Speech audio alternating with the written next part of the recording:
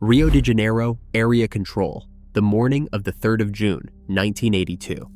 Routine airline traffic climbs out of Galeão International under a clear sky.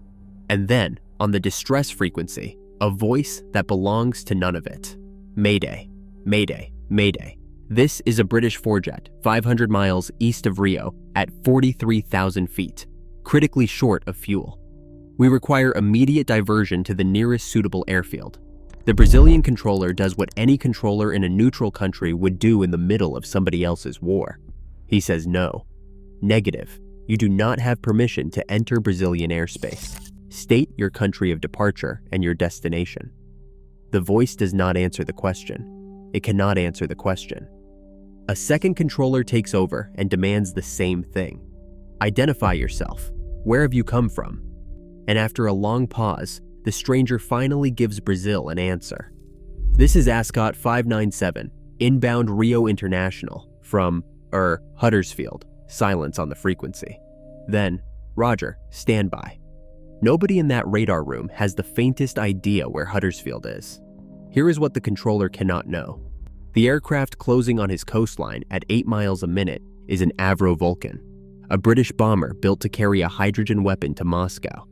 Inside it, 6 men are breathing oxygen forced into their lungs under pressure, because there is a hole in the floor where an escape hatch will not close. Under the port wing hangs a live American missile that has refused 3 times to leave the aircraft, and the fuel gauges are unwinding towards zero. This is not a story about a broken refueling probe. It is a story about what happens when the most secret British mission of the Falklands War runs out of ocean and has to knock on the door of a country that never asked to be part of it. About a bomber that took off to kill a radar and ended the war parked beside an altar built for the Pope. And about 6 men who arrived over Rio with fuel for 1 approach and permission for none. This is how they got down. Part 1. To understand why a British nuclear bomber was falling out of the sky toward Brazil, go back 5 weeks, to the problem that sent it south. By late May of 1982, the Royal Navy Task Force was being hurt. Sheffield had been hit. Ardent was gone. Coventry was gone. Argentine strike aircraft were coming in low off the sea with uncomfortable precision, and the reason had a model number. Somewhere on East Falkland, Argentine forces operated a Westinghouse TPS-43, a powerful mobile surveillance radar that saw British aircraft the moment they climbed above the horizon, and quietly steered Argentine raids around the defending Sea Harriers. Intelligence said it moved constantly between Sapper Hill, Mount Round, and the edge of Stanley Airfield. Admiral Sandy Woodward wanted it dead, and the only aircraft that could reach it, loiter over it, and kill it was a Vulcan. There was one difficulty. The Vulcan force had never flown this kind of mission in its existence. Hunting radars is a discipline of its own. The Americans learned it over Vietnam and called it the suppression of enemy air defenses. The Vulcan crews of 1982 had trained for one job, delivering a tactical nuclear weapon at low level against targets east of the Urals. That spring, they were not preparing for war at all. They were preparing for extinction. The aircraft was months from retirement, and on the airfield at Waddington, a scrap contractor was already cutting redundant Vulcans apart with saws, in full view of the squadron windows. One of the men watching was a first tour navigator named David Castle from Huddersfield, who had told his wife over the television news that the islands were 7,000 miles away, and there was not much a Vulcan could do from Lincolnshire. Within weeks, his crew had been handed a form of warfare the Royal Air Force had never practiced, and days to learn it. The weapon came from the Americans. Quietly, without announcement, the United States government agreed to supply Britain with AGM-45 Shrike anti-radar missiles, the Hunter that American crews had flown against North Vietnam. A trials officer from Boscombe Down laid a sheet of graph paper on the planning table and showed the crew what the Shrike demanded. Fire 2 missiles in a 20-degree dive from exactly 6.9 miles, and the chance of a kill was 90%. Overrun that point by 1/10 of a mile, and it collapsed to 20%. By 6 miles, it was 0.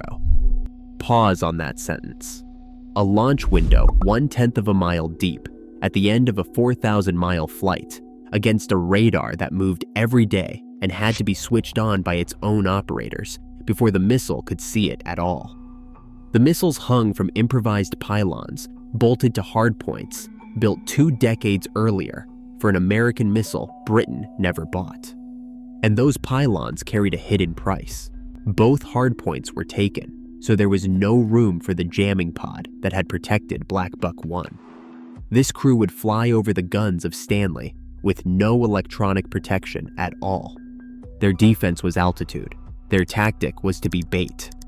The first time they flew south to try it, the mission died 700 miles short when a tanker's refueling hose failed.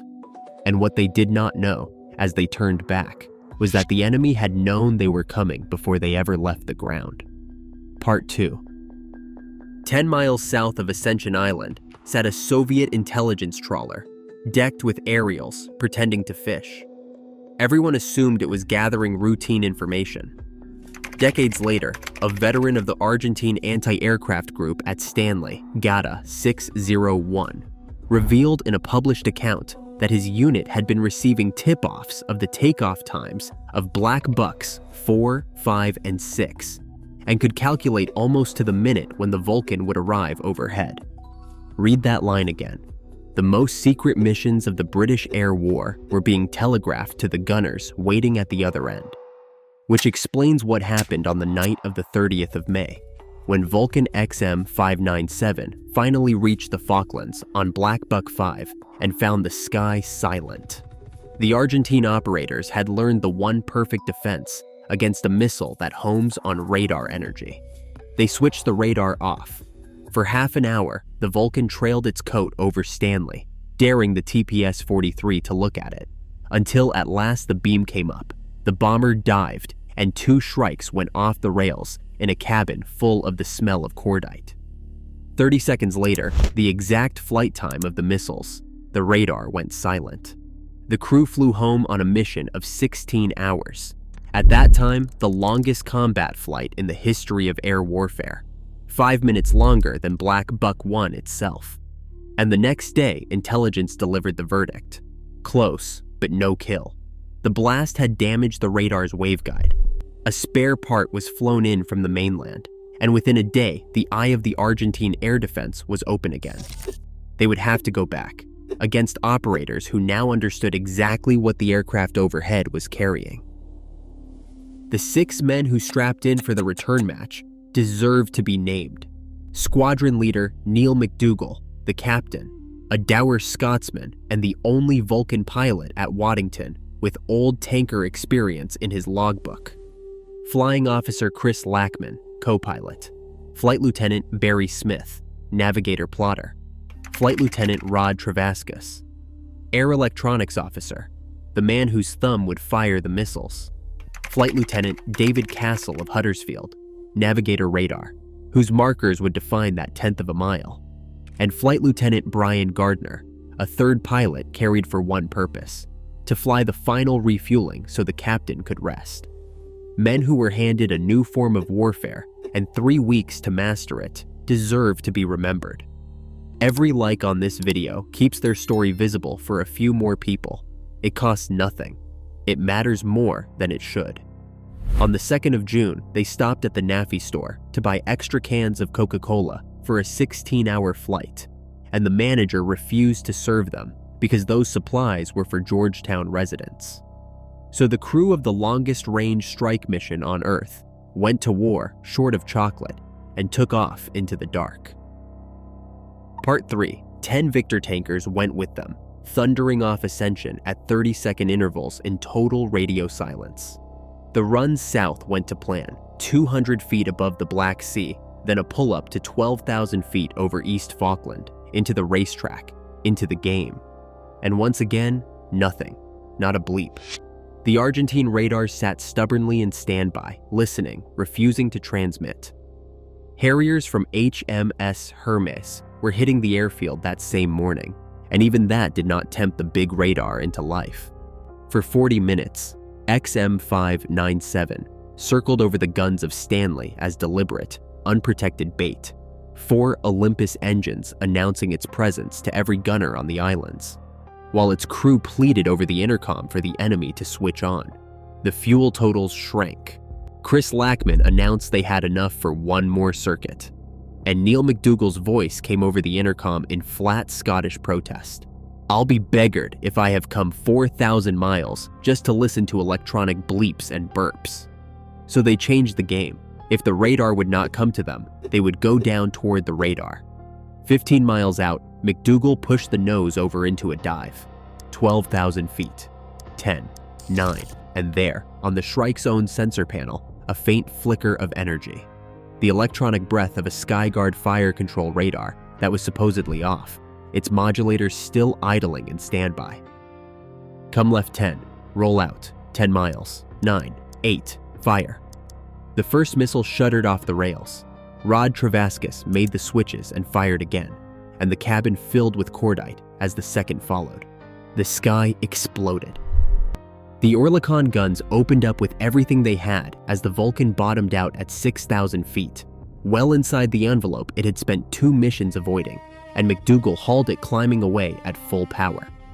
In the back, Barry Smith counted the stopwatch. 20 seconds. The Skyguard still transmitting. 25, 30. Silence. On the ground, the missile had arrived. The Skyguard fire control unit was destroyed where it stood, and 4 Argentine radar operators were killed at their posts, with a 5th man wounded. They were soldiers doing their duty in the dark, and their names are recorded with their country's fallen in Buenos Aires. They should be remembered too. And here is the bitter footnote. The crew flew home not knowing if they had hit anything at all, and for 20 years, not one senior officer in Strike Command was prepared to acknowledge that these missions had achieved anything. The confirmation, when it finally came from the enemy, in the Argentine unit's own published account. The hunting part of the mission was over. The hardest 90 minutes of the entire war were waiting at the tanker. Part 4. Neil McDougall had now been flying for 13 hours.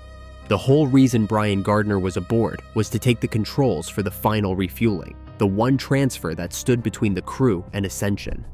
The Victor was waiting on cue, and McDougall, exhausted and stubborn, kept the controls himself.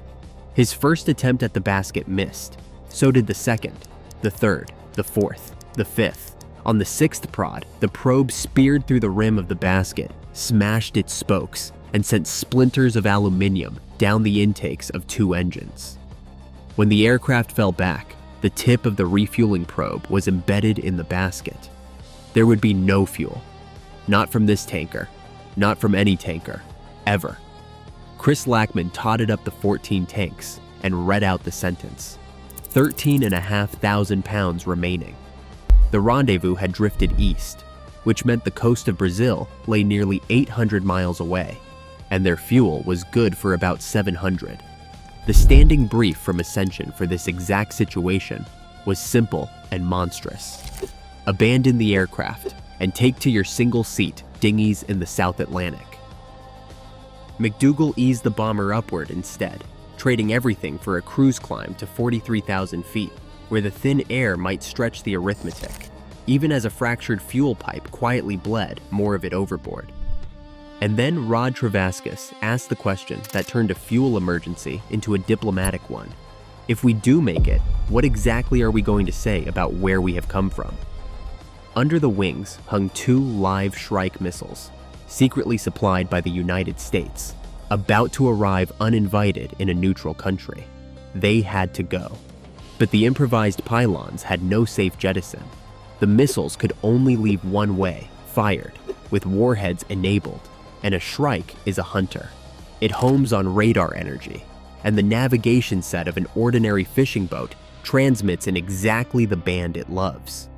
So Castle swept the sea ahead with his radar first, and found a fishing fleet 40 miles away, directly on their line. Think about the state these men were in, dying for fuel hundreds of miles from land, and they turned 90 degrees off their course, burning fuel they did not have. so that a missile they were throwing away could never find its way to a Brazilian trawler. Then they fired. The first Shrike leapt away toward the empty sea. The second refused. Twice more, Rod fired. Nothing. A hang-up. The missile would ride with them, live, to whatever came next. One problem left. The cabin was full of classified material, target folders, code words, the radar film of the attack, an intelligence windfall for any government on Earth. There was only one door out of a Vulcan, and it was the escape hatch in the floor. So at 43,000 feet, the crew depressurized their own aircraft. The cabin misted white. The regulators began force-feeding oxygen into their masks, and the hatch swung open onto a 6-foot hole of screaming air at minus 54 degrees, with the South Atlantic 7 miles below. Brian Gardner and David Castle, both wearing parachutes, edged to the lip of that hole. Castle's arms locked around Gardner's waist and pushed out a ration box packed with every secret they carried, weighted with an undercarriage lock so it would sink. Then the hatch refused to close, its handle jammed out of reach across the open hole, until Gardner, straddling the gap while Castle held his weight against the sky, levered it free with an aircrew knife. The hatch came down, and it was in the middle of all this, 30 minutes of pressure breathing, turning every sentence into a cartoon duck struggle, that the Brazilian controller kept demanding to know where this aircraft had come from, which is when a navigator from West Yorkshire told his AEO that if the man would not be quiet, he should tell him they had come from Huddersfield. Ascot 597 inbound Rio International from, Huddersfield. Roger, stand by. There is only a light aircraft strip at Huddersfield. It appears in no Brazilian flight publication ever printed. As Barry Smith observed, they won't have a clue where that is. Brazil, meanwhile, was not idle. 2 F-5 fighters were scrambled to intercept the intruder, vectored to the wrong position, and the closest they ever got was as the Vulcan turned onto short finals.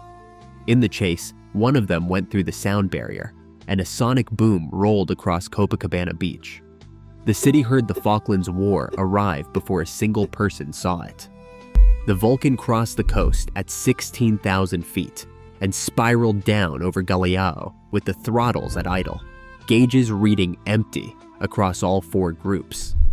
Clearance finally came for the duty runway, which meant a long, low pass over the city with engines that might quit at any second. McDougall refused. He would not carry a dying bomber and a live missile over 1 million rooftops. He took the opposite end, downwind, an approach that exists in no Vulcan manual, stood the aircraft on its wingtip at 65 degrees of bank, and unwound the spiral onto the center line at 300 feet, 1 mile out, 130 knots. Understand what the numbers say. The peacetime minimum for a diverting Vulcan was 8,000 pounds of fuel. A single circuit of an airfield needs 1,700. He touched down, stopped short on the taxiway, and Rod Travascus slid down through the hatch to put safety pins into a live missile in the middle of a neutral airport. As they taxied in with 1,500 pounds showing, one of the 4 Olympus engines flamed out on its own, out of fuel, on the ground. They had landed with less than 1 lap of the airfield left.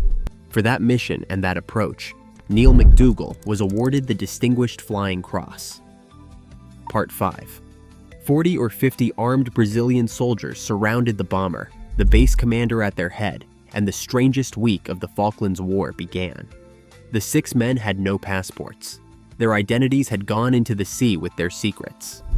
Brazil placed them under open arrest in the officers' mess for 7 days, and then treated its uninvited guests with a courtesy bordering on affection. There was a squadron barbecue.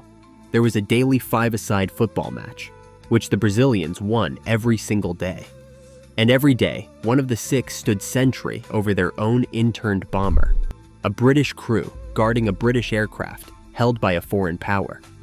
When the Brazilian Air Force came for the hung-up Shrike, the crew unloaded it themselves, lowering a live missile onto a jack padded with a mattress from the officers' mess.